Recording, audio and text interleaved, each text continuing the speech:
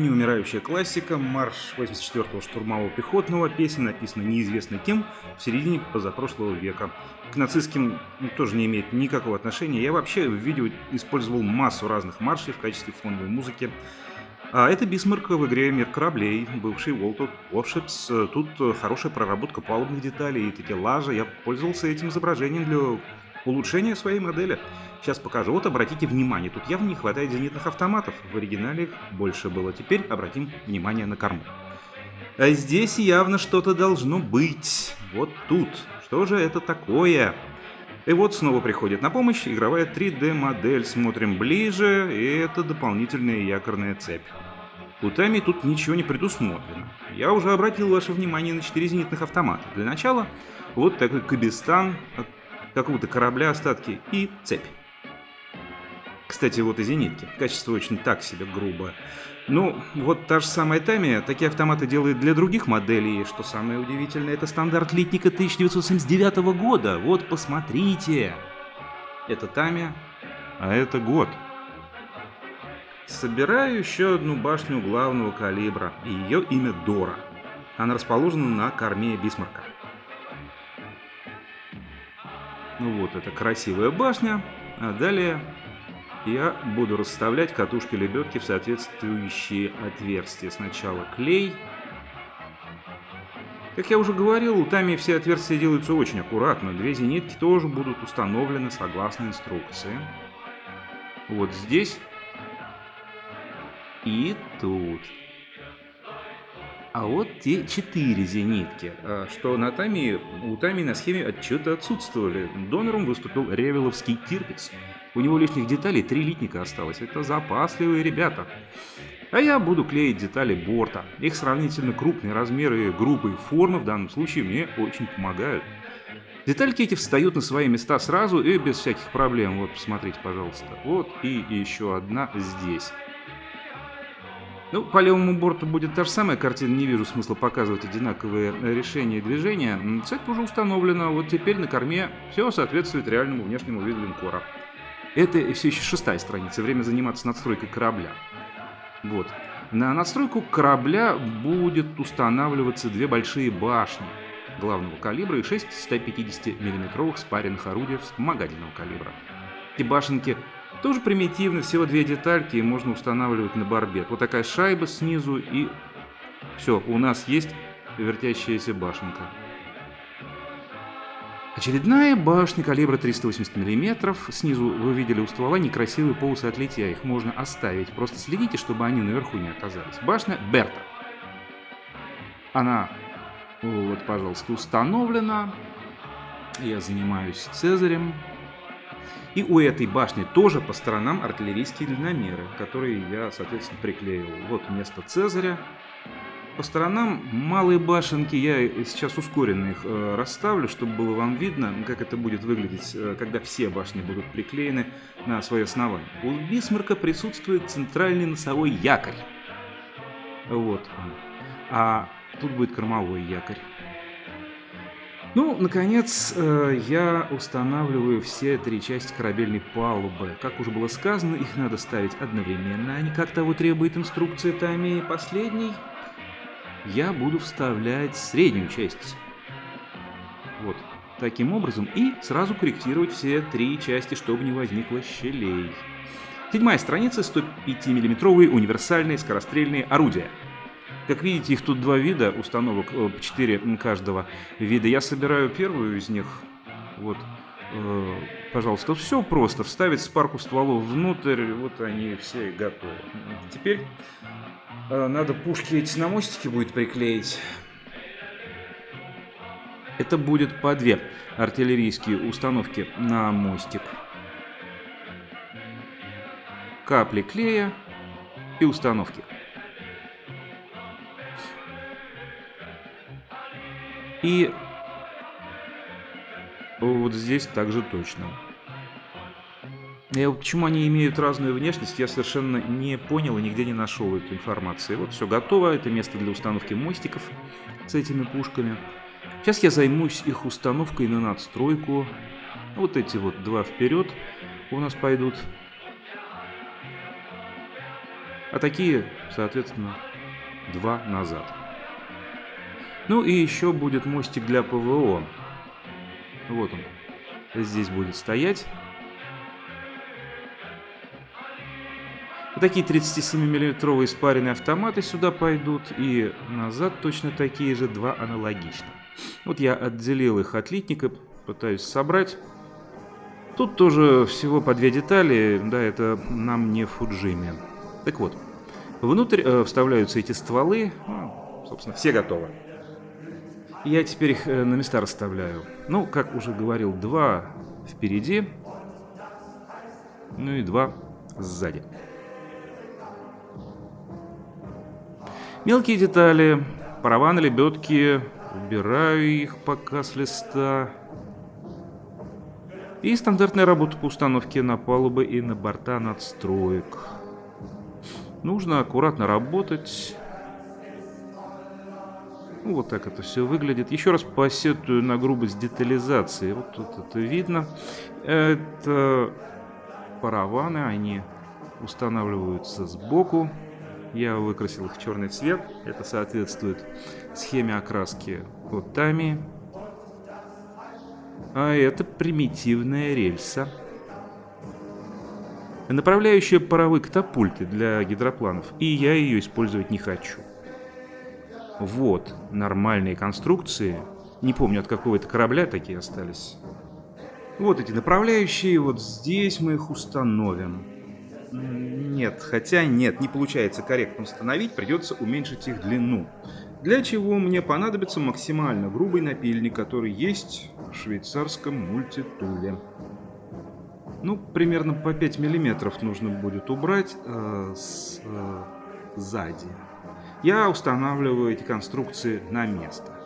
Сначала клей и установка. Ну, в общем...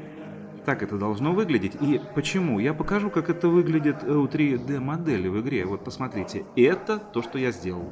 Вот такая фотография. Это не тот примитивный швеллер. Так, 8-я страница. Много работы с надстройками и деталями на них, включая фок-мачту. А для начала вот это. Крупная надстройка оснований. Детали уже разложены на листе бумаги и ждут. По капле клея в отверстие я соединяю стены с помощью вот таких штанг. Хотя я и ругаюсь на бедную комплектацию корабля, но детали у Тами всегда качественные и соответствуют друг другу. Я приклеиваю торцевую стенку, а за ней верхнюю плоскость надстройки. А впереди будет вот такая трапециевидная крыша. Она сейчас лежит рядом. Я ее устанавливаю. И по сторонам некие детали. На самом деле это просто не очень качественно изображенные мостики, далеко выдающиеся по бортам. Один, а вот второй.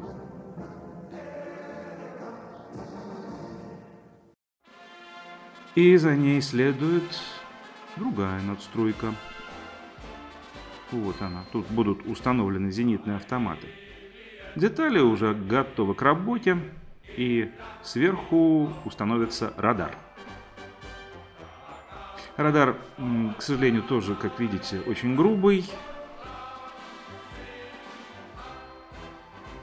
Ну, такой вот детали в своих запасах я не нашел, хотя подошло бы, конечно, фототрабление вместо вот этой пластиковой детали. Схема требует окрасить решетку в светлый металлик. Серебристая краска Revela понадобится мне и для стекол катеров, и для прожекторов, ну и для радара. Собственно, вот была краска. Она всегда ложится идеально, в отличие от цитаделевской золотой. Вот так эта верхняя часть надстройки с радаром. Ну, пора заняться остальной сборкой.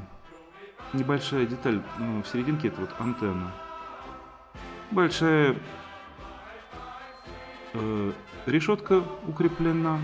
Цилиндр соединяет радар с треугольной базой, который в свою очередь устанавливается вот так. Эти непонятные Т-образные детальки, которые я установил, скорее всего, условно изображают дальномеры и стереоскоп. А эти вот усы, на самом деле, тоже антенны очень плохо детализированы. Но зато они сразу приклеились.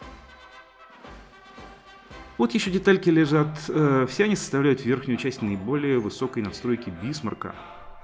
Я собираю эти части. Это большой прожектор. Он будет в середине. Вот эти башенки будут в гнездах по сторонам прожектора. На самом деле это четырехствольные зенитки, но качество здесь просто ужасное. Посмотрите. К сожалению, я не нашел подобных зениток у себя, но я думаю, что когда-нибудь я их все-таки заменю. Обычно я демонстрирую видео с ускорением от 40 до 60%, но особо длинные занудные работы, типа покраски или нанесения клея, ускоряю вообще на 200-300%, чтобы вам было поудобнее. Ну, далее,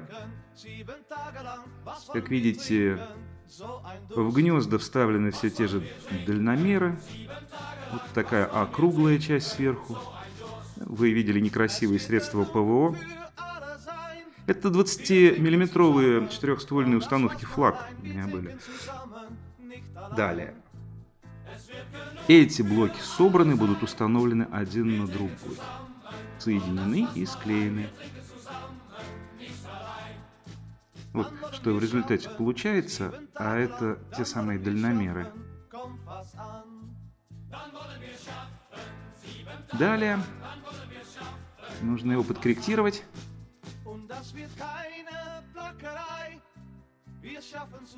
И эта деталь тоже нуждается в коррекции. Флаки 20-миллиметровые. Я работаю с мелкими деталями. Одна за другой устанавливается сверху. Это нужно будет тоже склеить в виде такой башни пагоды.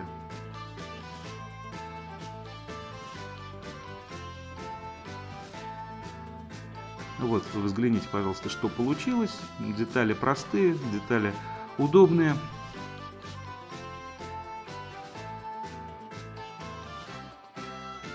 Вот этот мостик с прожектором аккуратно вставляется в специальную щель. Все, готово, смотрите.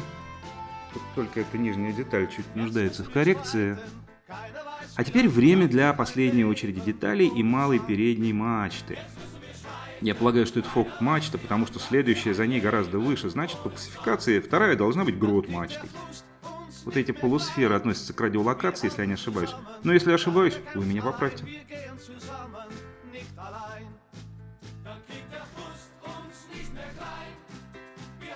Часть с некоторым трудом встала на свое место.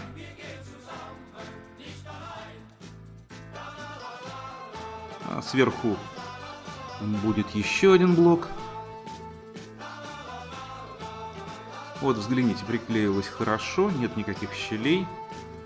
Надстройка сверху. И надстройку венчает плоскость мостика. Ну а сама она устанавливается на основание, которое я сделал первым. Следующая это мачта. А вот она уже установлена и подкорректирована. Порядок. Бокам надстройки полуцилиндрические детали, на которые устанавливается радиолокационная полусфера. Вот эти детали. А вот эти полусферы, они одинаковые у крупных крейсеров и линкоров Германии. Страница 9. Тут работа с лодками, дымовой трубой, кранами, прожекторами и установка большой надстройки на палубу. Я отделяю необходимые детали от литника. Вот эти вот похожи на ангары, судя по воротам и двускатной крыше. На них будут расположены шлюпки и катера. Вот так вот надо их склеить. А шлюпки и катера я сейчас буду наклеивать сверху. Лодок на Бисмарке довольно много, но не настолько, как, например, у британского линкора «Принц Уэльский». И, как я говорил, качество этих лодок и паровых катеров, конечно, несколько расстраивает. Далее я буду собирать большой палубный кран. Две штуки нужно сделать. Он тоже выглядит простовато, но у меня будет к этим кранам некое дополнение, ну, о котором я буду рассказывать теперь только в следующей серии. В общем, Смотрите третью серию 7 апреля. А с вами был я, ваш Артизан Мороз.